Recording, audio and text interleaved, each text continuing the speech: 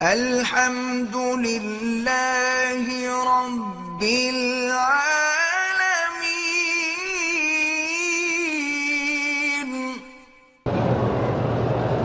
عمرے سے طواف افضل ہے، لیکن جتنا دیر عمرے میں لگے اتنا دیر طواف کرتے رہو۔ جمعہ کے بعد 4 سنتیں احناف کے نزدیک سنت مؤکدہ ہے۔ اگر کوئی آدمی ایک دن میں 3 عمرے کرے تو ہر دفعہ سر منڈانا پڑے گا، بال ہوں نہ ہوں اس طرح پھروانا ہوگا۔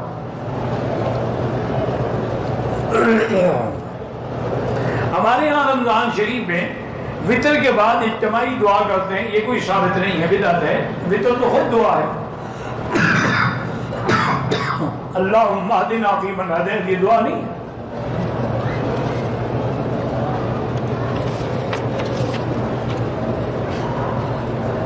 ایک شخص نے طواف صفا کر لی، بال نہیں کاٹے، استنجا کرنے کے لیے احرام کھولا، حمام میں گندی چھینٹیں پڑنے سے احرام کا کوئی فرق نہیں پڑتا احرام کھولنے سے۔ خوشبو کی کتنی مقدار جسم یا احرام پر لگنے پر اگر عضو کامل پر لگ جائے تو پھر دم ہے۔ مسجد عائشہ سے ہم طواف کیا، صفا بھی کیا، اس کے بعد ایک دوسرے کے سر کے بال کاٹے، ٹھیک ہے کوئی بات نہیں۔ اب یہ پتہ نہیں کون سی لکیریں ہیں۔ یہ امام کے پیچھے سورۃ فاتحہ کا مسئلہ بھی بتا دیا، حنفی نہ پڑھے شافعی پڑھا کرے۔ سعودی عرب میں پڑھتے ہیں جو حنبلی ہیں، یہاں فقہ حنبلی پہ عمل ہوتا ہے۔ مسجد نبوی اور مسجد حرام میں 20 تراویح پڑھی جاتی ہیں، حضور کے زمانے میں بھی 20 پڑھی گئی ہیں۔ وہ 8 رکعتیں جو حدیث میں ہیں وہ تہجد کی ہیں۔ رفع یدین کرنا واجب نہیں ہے، کرے تو الحمدللہ، نہ کرے تب بھی نماز ہوتی ہے۔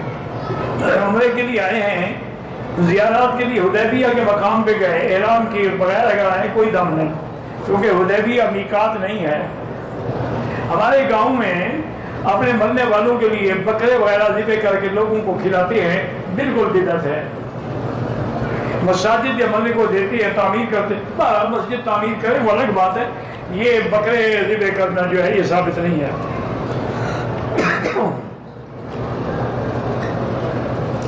اللہ کے رسول نے رفع یدین کیا بھی ہے اور منع بھی کیا ہے، دونوں حدیثیں پڑھا کرو نا، ایک نہ پڑھا کرو نا۔